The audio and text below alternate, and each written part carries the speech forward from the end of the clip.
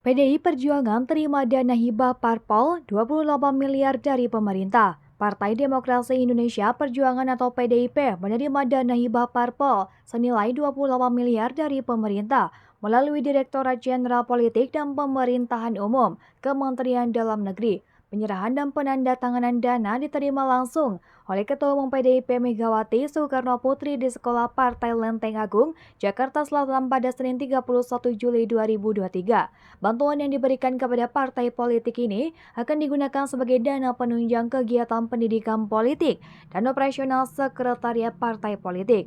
Sekjen PDIP mengatakan uang yang diterima PDIP akan digunakan untuk pendidikan politik dan kaderisasi, sehingga mampu melahirkan para calon anggota legislatif dan kepala daerah yang berkualitas. Hasto pun menyampaikan dana bantuan keuangan yang diterima seluruh partai sudah lolos presidensial threshold dan sangat penting. Diketahui aturan soal dana hibah partai diatur dalam Permendagri nomor 78 tahun 2020 tentang tata cara perhitungan penganggaran dalam anggaran pendapatan dan belanja daerah dan tertib administrasi pengajuan penyaluran dan laporan pertanggungjawaban penggunaan bantuan keuangan partai politik. Jumlah dana yang diterima setiap partai tak sama tergantung pada perolehan suara di parlemen.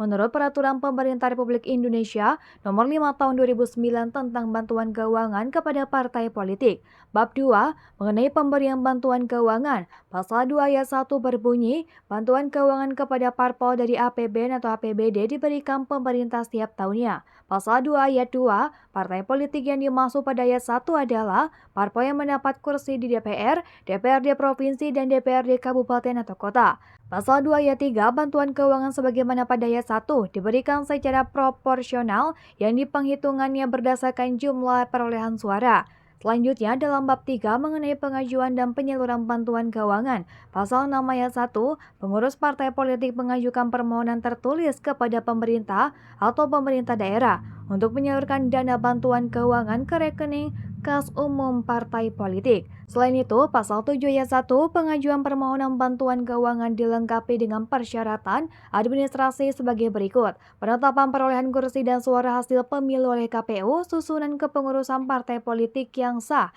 rekening kas umum partai politik, nomor pokok wajib pajak NPWP partai politik, rencana penggunaan dana bantuan keuangan partai politik, dan laporan realisasi penerimaan dan penggunaan bantuan keuangan tahun anggaran sebelumnya. Kemudian, menurut anggota KPU, Agus Melas, pengelolaan dana kampanye diatur dalam 3 hal. Pertama, dana kampanye pemilu presiden dan wakil presiden menjadi tanggung jawab pasangan calon.